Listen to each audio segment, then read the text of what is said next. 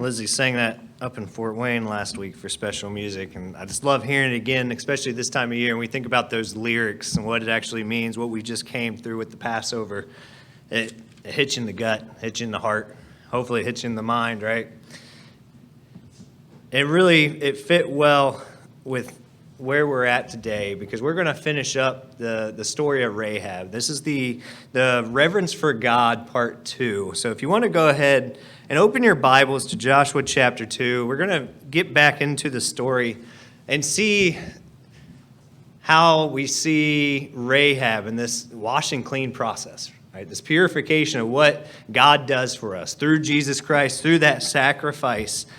Just to give a quick recap, if anybody wasn't here, it's been a couple weeks now because of the holy days and because of ABC choir. It kind of got bumped back, so it's been a little bit of time.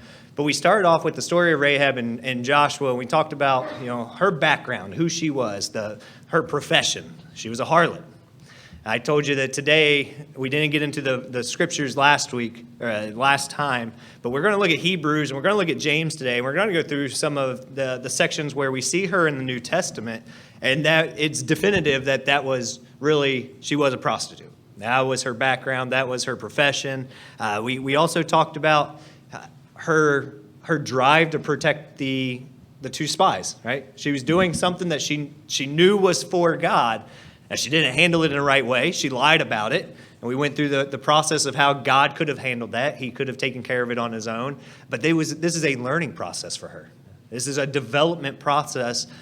But she was already showing some core traits of a reliance on God, a fear of God, and this reverence for God.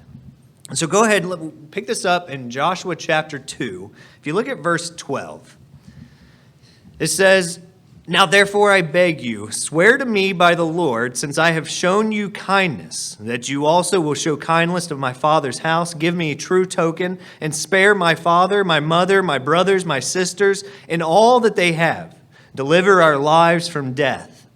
So the men answered her, "Our lives for yours. If none of you tell this business of ours, and it shall be, when the Lord has given us the land, that we will deal kindly with you." This is an amazing request from Rahab at this point, right? Not only has she helped out these two spies that she knows are kind of messengers for God, even though they were spying out the land, she knows there's a relationship that they have with God, that he has with the nation of Israel. She understands that connection, and so that's partially where this concern comes from for her. She sees them, she's protecting them, she's hiding them, she's lying to keep them safe. She's starting to step out in trust, in faith in God. She's stepping out in faith. We've all been there. We've all had to step out in faith a time or two, multiple times. Somewhere in our life, if you haven't yet, we have to go out on faith. We have to step out. How could she have this boldness? How could she come out and make this request? Because it's not just for her, right? She could have easily said, "Hey, look what I did. Look who I saved. I did all these things. Protect me. Spare me." She doesn't stop with just herself. She includes her family. That physical family that she had there, she goes, "Grant me this request." She goes, "I know what you're capable of. I know the power behind you guys." And she goes, "Promise me that you'll not only save me, but you'll save my family. She'll spare us from whatever's coming. Spare us from the destruction that's coming." She didn't quite know what was going to happen, how it was going to happen, or even when it was going to happen. But she knew from history, she knew from the stories, she knew something bad was going to happen to Jericho. She knew it was coming a time where they would no longer have power. So how could she do this? How could she come with boldness before God? Well, I think it's because of the actions she took. We look at the steps that she's been going. She was starting to really learn who God was. She started to recognize what he was capable of. She was coming to revere him. She was coming to trust him. And she knew that he could protect her. So there's a lot going on inside of Rahab at this point. Because up to this point, everything's been stories. Everything's been stories passed on from these travelers, from people coming and going, anybody who's traveled outside and came back. Everything has been stories. But now she starts to have firsthand interactions, and she starts to understand some of God's greatness, some of his power and his glory. She's starting to demonstrate her trust in God. And she's showing that her God is now the God. She's giving up everything else. When you look at society, a lot of people say they believe in God, but when it boils down to it, when it comes down to doing what I want or what we're supposed to do, we often say, well, I'm going to do it this way. I'm going to do it because this is what I want to do. And the world has a really hard time giving up the things that they like, that they're fun, that's easy, and going, no, this is what I'm supposed to do. We sometimes struggle with doing what we're supposed to do versus what's easy, what we think we want to do. Rahab didn't back off. She stood her ground. She answered the call, because this is a calling from God. And she started to understand that this God of the Israelites is the God. It's the true God. And she was going to do something about it. Now, we might say that she actually had a special calling. We have all in this room been called. Whether you're first generation or fifth generation, you have been called. There's been promises that if he calls one, he's going to call the next generation. If you're sitting here, there's been a calling to recognize, hey, there's something different that you're supposed to be doing. She starts to get this call here. Whether that was a specific call to protect those spies, I can't give all the details. Whether it was to overthrow Jericho, we don't know exactly, but we know that there was a trust that she had in God. And she wasn't the only one that she was concerned for. It wasn't her own neck. She gets her family in on the deal. That's a pretty good family member, right? They're sticking their neck on the line. Because it's really easy to think that they would be like, nope, just you. But she goes, no, the family. All these people. And they agree to it, right? We're going to read here in a minute. There's stipulations to that. There's more action that she's going to have to do. Specific actions. But can you imagine what she's going through right now? This is probably the city that she grew up in. Her friends are here. Everybody she knows is from this city. This is her livelihood. This is her lifestyle. This is probably the only place that she has ever known. They didn't travel quite as much as we do today, as frequently. They didn't move like we do. And so this was everything to her. Jericho would have been all of her life, all of her memories. When we think about picking up, I've moved two times in the last 5 years now. Every time we pack up a house, there's memories that are left with that house. This was her livelihood. This was her family. This was her friends. This was everything for her. Everything she had ever known was probably in that city. She was ready to give it up because she understood what God was doing. She was committing an act of treason. She was turning on her own people. She was willing and ready for something different. She was willing and she was ready for something different. She didn't want to be a part of that world anymore. Whatever gods they had, whatever customs they had, whatever their normal society was, she goes, I don't want to be a part of this. I can't be a part of this. There was something that she knew now. She didn't want to be just another Amorite in that city, a pagan city. She didn't want to be part of the paganism where she grew up, the lifestyle that she now currently had. She was willing to be a party in a different people. She didn't realize the blessings that would come with being with the Israelites. But that she started to understand something about God, and she answered this call. She was ready to give it up. We think there's other stories in the Bible. We think about Lot's wife, the Sodom and Gomorrah. As they're leaving, they were told, don't look back. Lot's wife couldn't help herself but look back. And it doesn't detail why.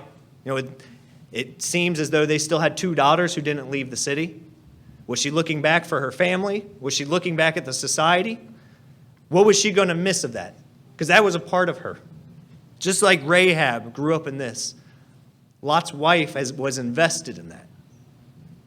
She couldn't help herself but to look back. There was a consequence for that. Rahab is demonstrating courage. She's demonstrating determination. She's serving God's people. She's answering God's call by putting her own neck on the line. And it started with hiding those spies, because treason was punishable by death. She was a traitor at this point. She laid her own life on the line. She started to realize that the relationship that she really needed was with God. She started to see that reverence for God, that was above everything else. She was more afraid of God than anything else at this point. Now, there's a fine line of a healthy fear versus whether she knew the destruction of her city. Again, it's not lined out exactly, but we're given some details that we'll read in a minute, that she wasn't afraid of what was happening. We read it a little bit last time when we saw that the whole city was fearful. They were faint-hearted. But we get to follow her footsteps. We have to follow her footsteps, because we have to come out of society too. We have to come out of a culture just like she did. Don't we have to forsake everything? Don't we have to forsake everything? He says, if you're going to love me, you have to hate everybody else. I would imagine every single one of you who's baptized, you went through that scripture. Luke 14, of when God says, I have to be number one always. We have to come out of society, whether or not we live in the same city that we grew up in, that our parents grew up in, that our great-grandparents grew up in. We have to be willing and we have to be ready to give it up.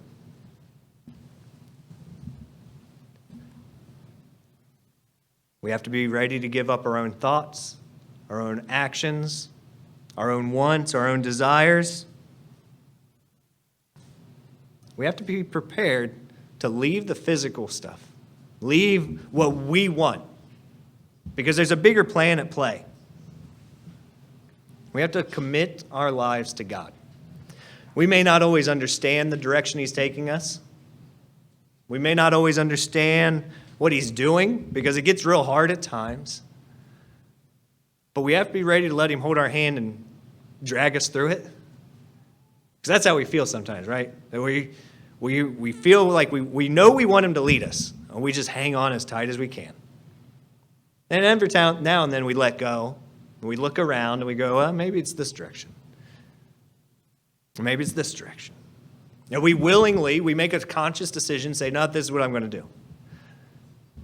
But we really have to be ready to leave it all. Because she heard about God. She heard of all the stories. And when He called her, He became her God. He became her God. She put her trust and her reverence into action. She did the same thing that we do today.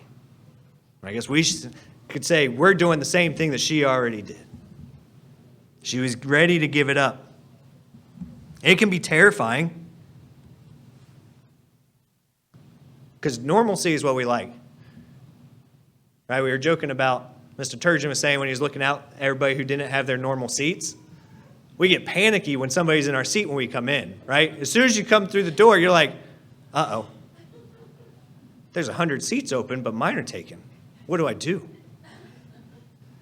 And then we start going through the whole thing. Well, they sit here, don't want to take their seat, because then I'll upset them.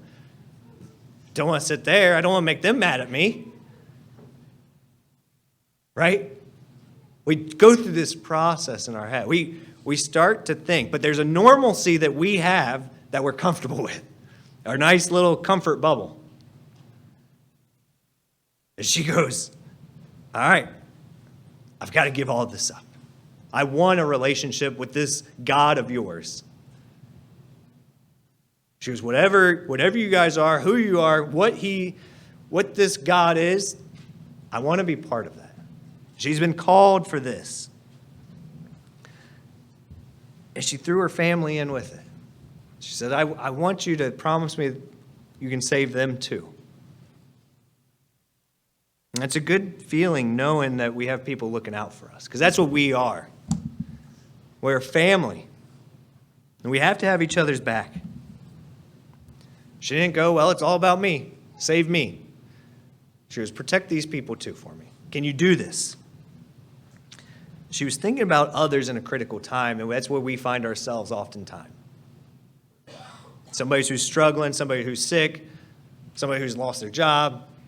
Maybe they're just down. Nothing has happened other than we get inside our own heads, and it gets hard. Life gets hard. And whether it's phone calls, texts, visits, cards, whatever it may be, we have to have each other. Because she was showing the core commandments, right?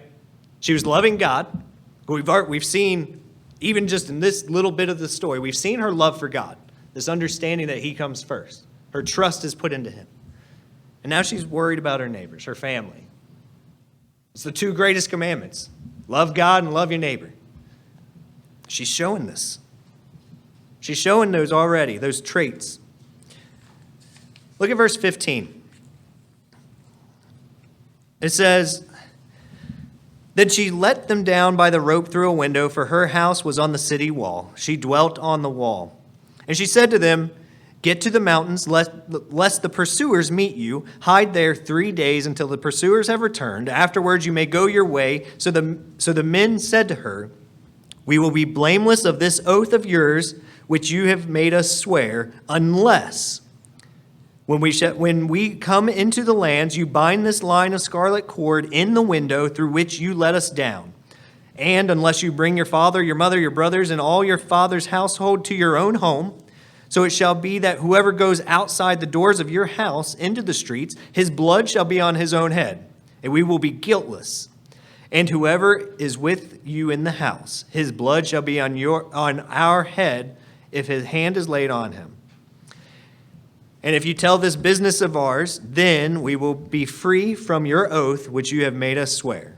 There's a couple interesting things going on, right? She's getting ready to send them out, and they go, all right, you've asked for us to save you. You've asked for us to save your family. Here you go. Here's the 3 stipulations. Here's the 3 qualifiers. You got to hang this red cord out of the window. You can't tell anybody about it, and everybody has to be inside the house. You go, if they're outside of here, it's not on us, it's on you. It's on their own head. We're not to blame. And then look at 22. It says, they departed, went to the mountains, stayed there 3 days until the pursuers returned. The pursuers sought them all along the way, but did not find them. So the 2 men returned, descended from the mountain, and crossed over. They came to Joshua the son of Nun and told him all that had befallen them. And they said to Joshua, truly the Lord has delivered all the lands into our hands. For indeed all the inhabitants of the country are faint-hearted because of us. Because they're terrified. Because this is God working. We didn't do anything special in there. We didn't sabotage anything. They are terrified. They go, God is doing this. And so she has these 3 conditions now. That scarlet cord, that red cord that she had just hung out the window to help the spies escape, they go, this has to hang out the window. And when all this happens, this has to be out that window. Family has to be in the house, and they can't tell anybody. They have to keep it a secret, right? Can't tell anybody else. I said, if you keep these arrangements, then everybody will be okay. Everybody will be fine. A couple of side notes. It's interesting. How long were those spies in the woods, right? So she didn't just send them out and say, hey, you're on your own now. She gave them advice that, hey, this is how long the patrol should take. Once you see them go back, then you can come down and you should be safe. It's 3 days. What usually goes along with 3 days? 3 nights. Interesting how God continues his patterns, continues to work through different pieces. This rope, this scarlet cord that she hung down, this flax, it's a linen type of product made. That's how they made this, from this flax. So there's a chance that she actually had a second business. The harlotry wasn't her only business, because this is what was up on that rooftop. And maybe it was dyeing it. Maybe it was actually making it. We're not exactly sure, but it seems like there was an abundance of this stuff lying around. This is how they escaped. I have no idea how far of a drop that would have been from her window down to the ground, but it seems like the spies weren't willing just to hop.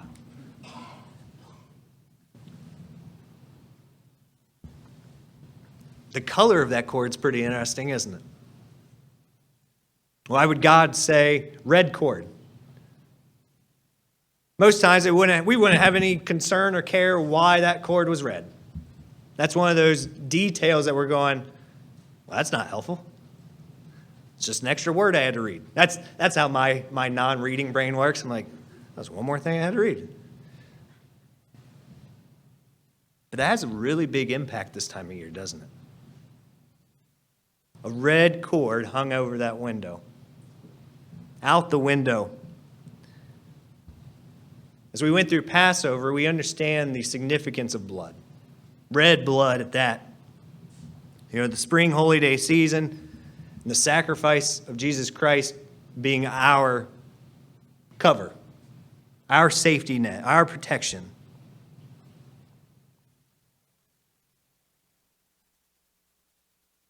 That red is significant.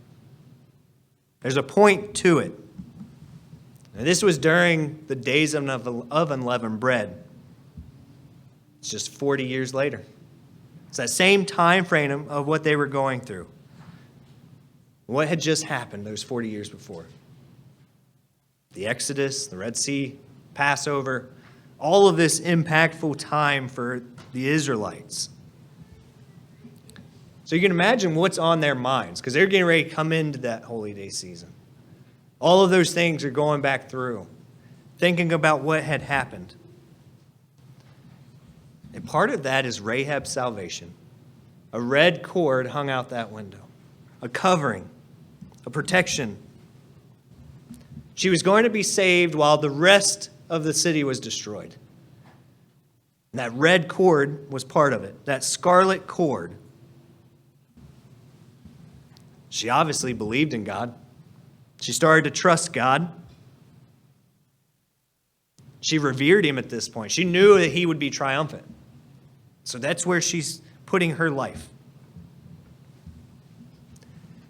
From what we read, it seems like she left that cord, right? What she was told was, when all this happens, you have to have that cord hanging out. It doesn't look like she ever pulled it back in. It looks like she left it out that window. It would have been a little obvious, right? We talk about conversation starters. Anybody who saw it going, what do you got that cord hung out your window for? It's bright red. I have no idea what her story would have been or what she would have told them. But I imagine she could come up with pretty good stuff. But she wasn't afraid of that. She wasn't fearful. She knew that was the lifesaver. That was one of those qualifiers that she had been given. And she wasn't ashamed. She wasn't ashamed to trust God. She goes, I'm going to leave it. I'm not taking any chances. That's their new permanent establishment. And she left that cord out there as that covering. She didn't pull it all the way back up when the spies got down, and then as soon as the Israelites started marching around, threw it back out. She trusted God. She followed that commandment that the spies had given her because she understood that meant safety. That meant protection. That symbolism of what the Israelites did on that Passover, of painting the lamb's blood or the goat's blood on their lintel, on the doorposts, that covering that saved them. This is symbolic of that. As they're going through that days of unleavened bread process. What was that second thing? They were told they can't be outside the house. Another very similarity, right? 40 years before, they were told you can't go out until morning. She's being told, don't come out of the house. She wasn't even given a time frame. They said, don't come out of the house or you're dead. So she got everybody in her house, and she goes, okay, we're going to ride this out. It's amazing how God continues to repeat these things that have a significant impact. Because he's got this plan, and he knows what he's doing. He knows who he's going to work with, who will follow his commands. And she reacted, and she knew that he would protect her, and she continued to show this reliance on God, this reverence for him. In a way, she started to see her identity through that red cord, through these protections. That's who she was becoming. And just like that lamb's blood protected the Israelites in Egypt, that cord is protecting her. That blood was covering her. She was going to get passed over from whatever destruction was coming. And again, she didn't know the extent of it. She didn't know what would happen. But she knew she could give it up. She knew she was ready to give it up. She acted on her faith. She trusted in God. She trusted those spies. So we see how much action is a critical component of our relationship with God. There's something that we have to do, very much still based on God's grace, God's mercy. Because that's why there was nothing that she did special, except for God allowed her to have this understanding. He allowed to make this agreement between her and the spies. There was a mercy there from God who says, I'm going to do this. I'm going to allow this to happen. But then she had to act. Because, you see, it's not enough just to revere God. It's not enough for us to have faith in God and trust God. If we just sit there and go, yep, I believe in you. I trust you. I'm just going to sit right here. Every week I'm going to show up, and I'm going to sit here, I'm going to listen, and then I'm going to go home. That's not enough. There has to be action and faith. Faith and action and faith go hand in hand. Belief and faith and doing things. It's the example that Rahab set for us. It's the standard that she established. And it has to happen in our lives. Go ahead and put your little ribbon here, because we're going to come back to Joshua. But I want to go to the couple of those New Testament spots that I told you about. The first one's Hebrews 11. Hebrews chapter 11. And I told you we'd end up looking at them, keeping my promise. When we think about Hebrews chapter 11, this is oftentimes called Faith Hall of Fame, Faith chapter. We have all these wonderful heroes of the Bible.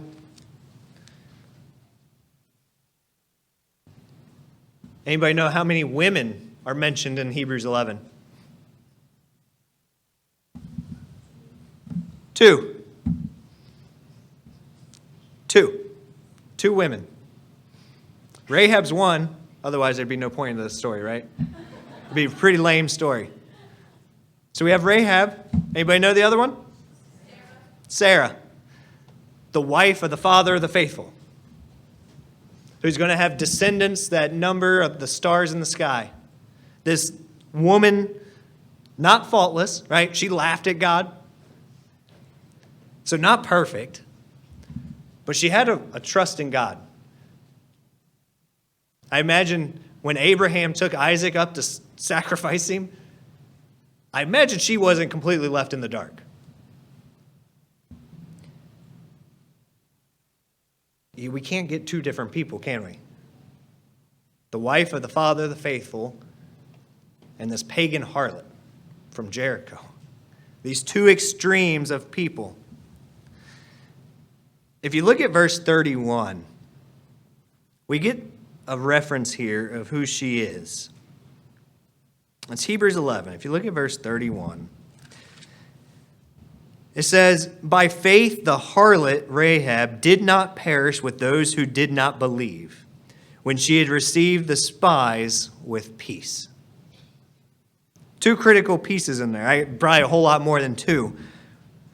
But it says, by faith, she did not perish with those who did not believe. A city of people who didn't believe it. They were faint-hearted about it, but they didn't believe it. And then it says she received the spies with peace. She wasn't afraid like everybody else. She wasn't terrified of this God. She wasn't terrified of these people. There was a peace that she had. It was faith. Yeah, she believed. But faith and belief, you got to have obedience. Because if she didn't have obedience, she would have died just like everybody else. If she didn't follow any one of those 3 stipulations and be obedient, she would have also died. Her family would have died. The entire city of Jericho would have been destroyed and demolished, and nobody would have been left. Everything would have been gone. She had a trust and reverence for God, because that means answer the call. That's what she did. She put her faith into action. She did something. I'm amazed that she had this peace. Right? You've got these spies who show up inside your city. You know what just happened to the other ones across the river, right? Just across, she knew what happened to all the other cities. And then these 2 people from this nation show up inside, and she received them with peace. She recognized what God was doing. And there was a peace and a comfort inside her because of that. While everybody else around her was faint-hearted and upset of what was going on, she received these spies with peace. Flip over just a couple pages to James chapter 2. If you look at James chapter 2 and verse 25, this is another example that we find of Rahab being mentioned. Again, defining out that she was indeed a harlot. It's the Greek word porne, which isn't just a innkeeper. And so we see a little bit of her traits already, right? She had faith. There was a peace that she had. And now in James chapter 2, in verse 23, we see another correlation here. Verse 23, it says, "And the scripture was fulfilled, which says, Abraham believed God, and it was accounted to him for righteousness. And he was called the friend of God. You see then that a man is justified by works and not by faith only." All right, so we have Abraham here. He's called righteous. He's called a friend of God. And it says he's doing something, right? There's action. There's action that he's doing. He's not just justified by faith, but there's works. In verse 25, it starts out and says, likewise. So this is correlating back, saying, okay, just the same as this, verses 23 and 24. So if Abraham's the friend of God, if he's righteous, and if he's doing works, it's saying likewise. Was not Rahab the harlot also justified by works when she received the messengers and sent them out another way? It's saying she was right there with them. She was doing the same actions. She was a friend of God. All through the book of James, it has this same message. Faith without works is dead. Faith without works is dead. It's a pattern. We can believe in God all we want, but if we don't do anything with it, then we're just like everybody else. We haven't done our job. We haven't actually been a light. We haven't let Christ live in us. Christ was a doer. He didn't just produce meals for people.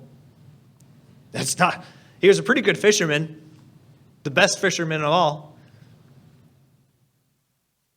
That wasn't his job. His job was to save humanity. And he's commissioned us to do the same thing by letting him live through us.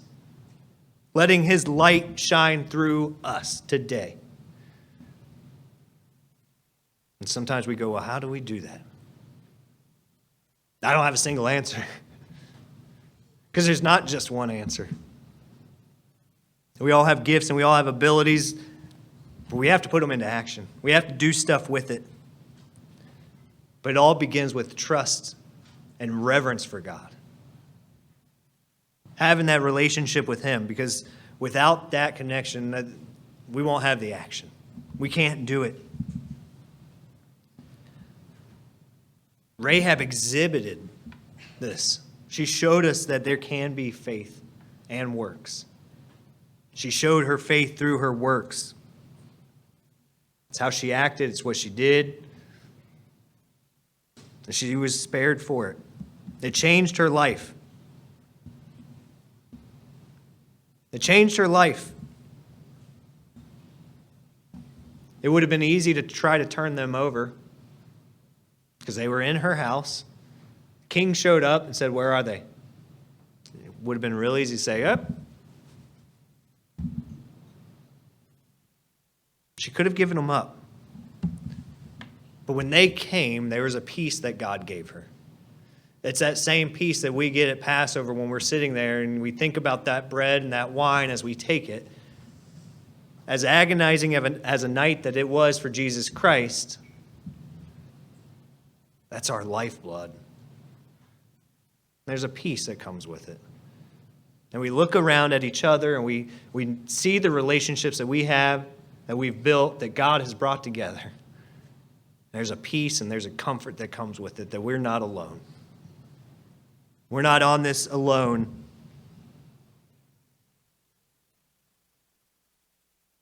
She's in the Faith Hall of Fame. The Faith Hall of Fame. She changed her entire life. She came out of harlotry. She gave up all of her old gods, her old culture. She said, "You are the God that I want to be mine. I revere you and I trust you." That cost something. It cost everything. For God to have a relationship with us, it cost God something too. It cost Him His Son. It cost a father his life. But He was willing to do it because He knew it was for the greater good of the family. It was for the greater good of the family. And so Rahab understood that there was something required. And she did something for the greater good of her family. And she put her faith in action.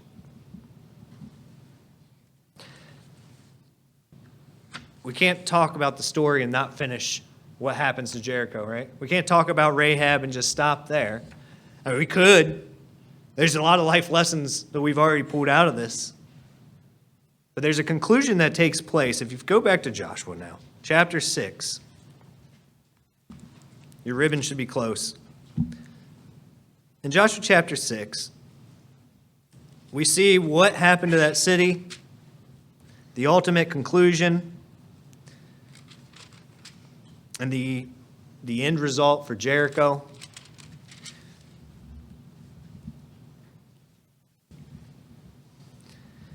Remember, this is most likely the days of unleavened bread at this point. As they march around the city once every day, it's a day of the days of unleavened bread until the climax on the seventh day. And so here, if you look at verse 15 of Joshua chapter 6, it says, "But it came to pass on the seventh day that they rose early about the dawning of the day, marched around the city 7 times in the same manner." So every day they were marching around one time. The seventh day they did this 7 times. On that day only, they marched around the city 7 times. Why? But God told them to. I don't know. God likes 7s. He's got a pattern, right? A pattern again. Look at verse 16. He says, "And the 7th time it happened, when the priest blew the trumpets, that Joshua said to the people, 'Shout to the Lord, shout, for the Lord has given you the city.'" So they march around 7 times. They shout because they were quiet. They weren't making noise. They march around silent. Would have been really odd for everybody inside, right? I can just imagine everybody lining the city walls going, what in the world are they doing? This is day 7. Look, they're going further this time. And they're just quiet, marching. And the 7th time, they shout, for the Lord had given them the city. The Lord gave it to them. Now, it's not just because there's 7 days in a week. That's not the 7. We see lots of correlations to 7, especially in prophecy. There's going to come a time somewhere in the future, we hope sooner than later, as nasty as it's going to be, that there's going to be another marching of 7. Not around a city, but the entire world. God's going to release 7 plagues or 7 bowls on the entire world. And it's kind of like a marching around, right? 7 of these things. It's Revelation 16, if you want to write it down. It goes through those 7 bowls. What each one of them does. These plagues that are going to be hard and nasty. And we also have this shout. This glorious shout that signifies the end of that city of Jericho. The end of that society. If you look at 1 Thessalonians 4:16. You know what? Just hang here. I've got it written down. I'll quote it for you. It's 1 Thessalonians 4 and verse 16. It says, for the Lord himself shall descend from heaven with a shout, with the voice of an archangel, with the trump of God, and the dead in Christ shall rise first. It's at this point there are no longer human reign. No more kingdoms, no more countries, no more governors or kings of humans. Christ takes over. The kingdom of God is at hand. The King of Kings and Lord of Lords takes his place. Reestablishes a new society. A global society.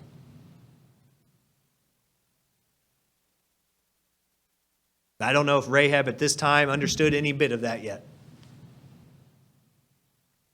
I think most of Israel was confused about a lot of that stuff that was going to take place in the future. But maybe at some point God helped them understand a little bit. I don't know. I don't know what all she understood, but she had enough faith and she had enough belief that she said, I'm going to do this. I know who you are. I know what you're capable of. She goes, my money's on you. And she gave it all up. If you look at verse 17 of Joshua 6, she began to take those first steps of building a relationship with God. She acted upon them. And it says, now the city shall be doomed by the Lord to destruction, it and all who are in it. Only Rahab the harlot shall live, she and all who were in her house with her, because she hid the messengers that we sent.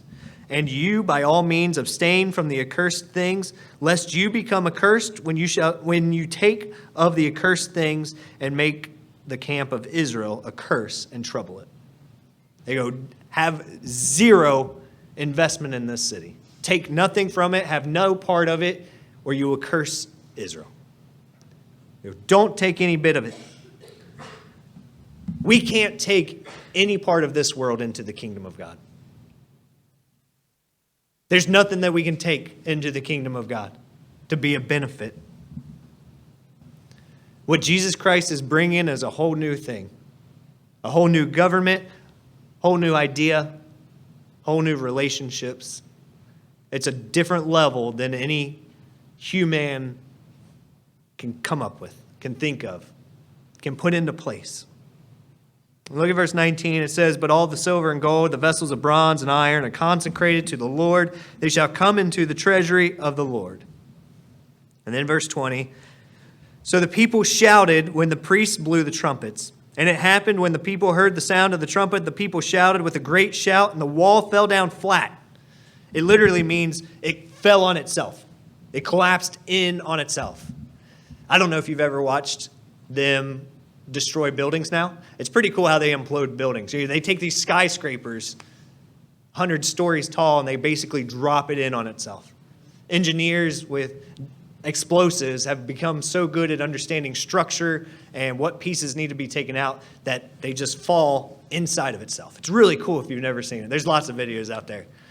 I don't know if it's the little boy in me that just, somebody builds a giant tower and you come by and just kick it as hard as you can, see how far it can go.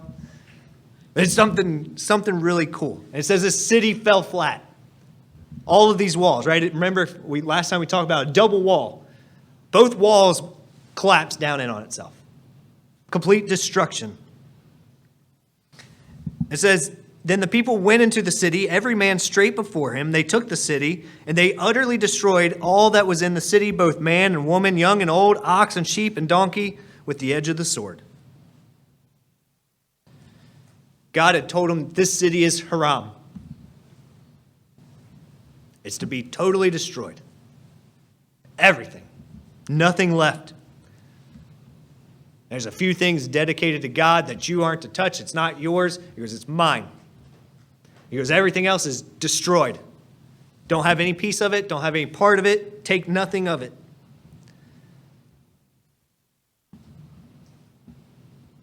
It points to our lives too. There's things in this world that we just don't touch. We don't have any part of. We can't have a part of. There's things that are solely dedicated to God, whether it's physical things or whether it's our thinkings, our thoughts, our actions. We have to look and say, are we totally devoted to God? Are we devoted to God? Have we given ourselves over to God? Because that's exactly what Rahab did. She was, you're my saving grace. Her old self, her old life, her old city, old friends, her old society. She gave it all up. It was gone. It was destroyed. There was no turning back.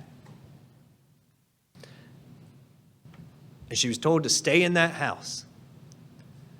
I imagine some of the sounds. I mentioned this a couple weeks ago about the sounds that the Israelites would have been hearing on that last night as God killed all the firstborn. The screams and the wailing. It would have been horrifying. They were told to stay in the house. No matter what's going on outside, they said, stay in that house. Covered by that cord. That's how you're protected.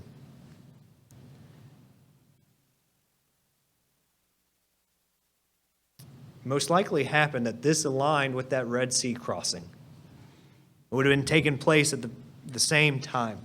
What happened to Pharaoh's army 40 years earlier?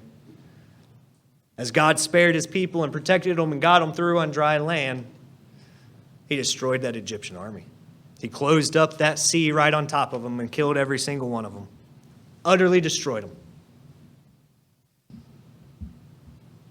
But God protects those he promises to. He guarantees his promises. What amazing connections and symbolism between these stories, the victory that we see in God's plan, in his promises. We've been promised victory over sin, victory over evil, victory over this world. And we know it's going to happen. Just like Edom, Sodom and Gomorrah, Jericho. Doesn't matter which story we talk about. It's going to happen again. It's going to happen again. God is bringing an end to sin. He's already covered sin for those who accept Jesus Christ, not only in word, but in action.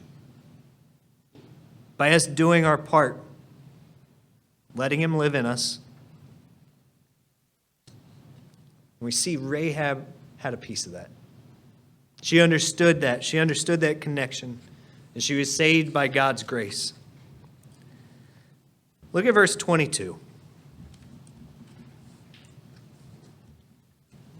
It says, but Joshua had said to the two men who had spied out the country, go into the harlot's house, and from there bring out the woman and all that she has, as you swore to her.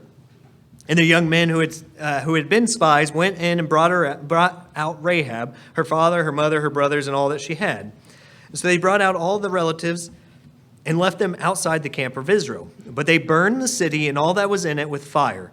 Only the silver and gold and the vessels of bronze and iron they put into the treasury of the house of the Lord. And Joshua spared Rahab the harlot, her father's household, and all that she had. So she dwells in Israel to this day because she hid the messengers whom Joshua sent to spy out Jericho. Because she put her faith into action. She held up her end of the bargain. God brought her out of that cursed city, saved her from it.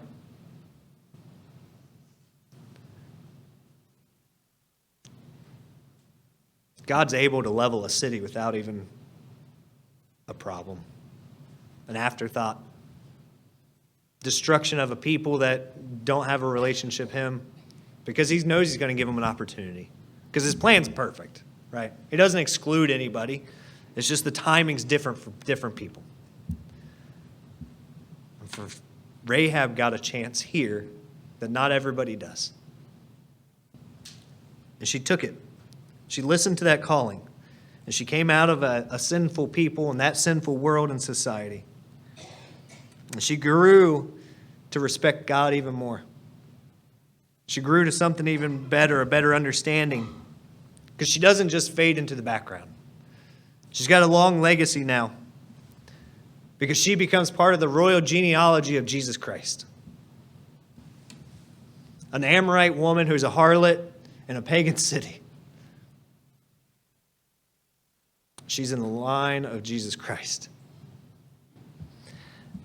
It seems that she married one of these two spies. These men that she protected. There's a reference in Matthew, I believe. There's an account that one of these spies was Salmon. Ends up, she marries him. He was a prominent member of the tribe of Judah.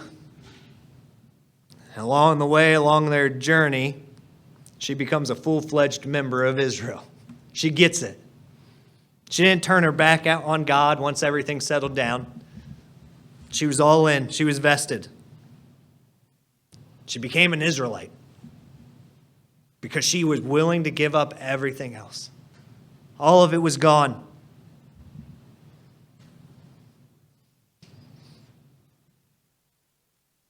They had a child. The child was Boaz. Boaz married Ruth. They had a son named Obed, who had a son named Jesse, who had a son named King David. The line of Jesus Christ stems from an Amorite woman who is willing to give up everything for God. It's a very similar story to us, isn't it? Whether or not we came in from a different religion or no religion at all, or that we were born into this, we have to give up something. And when we give up something, we really give up everything. Because we say that there's nothing that can compare to what God is doing with us and what God can give us. There's no other way to become part of the family of God except for through a relationship with Him. And that's why this time of year is so special for us. There's a lot of joy, a lot of excitement, a lot of pain thinking about what Christ went through. But the beginnings of God's plan of salvation through the sacrifice of Jesus Christ is uplifting because we know we have a loving God who is willing to give up everything for us. But He wants to see that we're willing to give up everything for Him. And that's where He's taking us. The story of Rahab certainly tells us that. If we give up everything for Him, He'll give up everything for us. We see who she became. She became a woman who revered God, who trusted God, who loved God, who honored God. It started a long time before she got to that end point with that first steps of protecting those spies. She answered that call with action. We have to continue to answer that call on a daily basis. We have to fight the struggles and the urges to let our human nature take over who we are or what we want to say or how we want to act. And we have to say, is this something that Jesus Christ would do? Is this me or is this Jesus Christ? If we, every single time we thought about that, took that moment, at least for me, 50% of the time, I'd get it right. Because that human nature is really hard to overcome at times. And that little extra bit of thinking, what would he do? Because he doesn't knock us over the head every single time that we stumble. But if we grow to fear him and have a reverence for God, not shaking in our boots, but the fear that Rahab had of knowing that he could destroy that entire city, but also that he loved her, that he would protect her because he promised to. Because we have those promises. We have the same things. So as we continue through the rest of this year, right? This is the beginning of God's calendar, the first month of his year. We're coming out of the days of unleavened bread. I put in my pastor's update. Now is the hard job, right?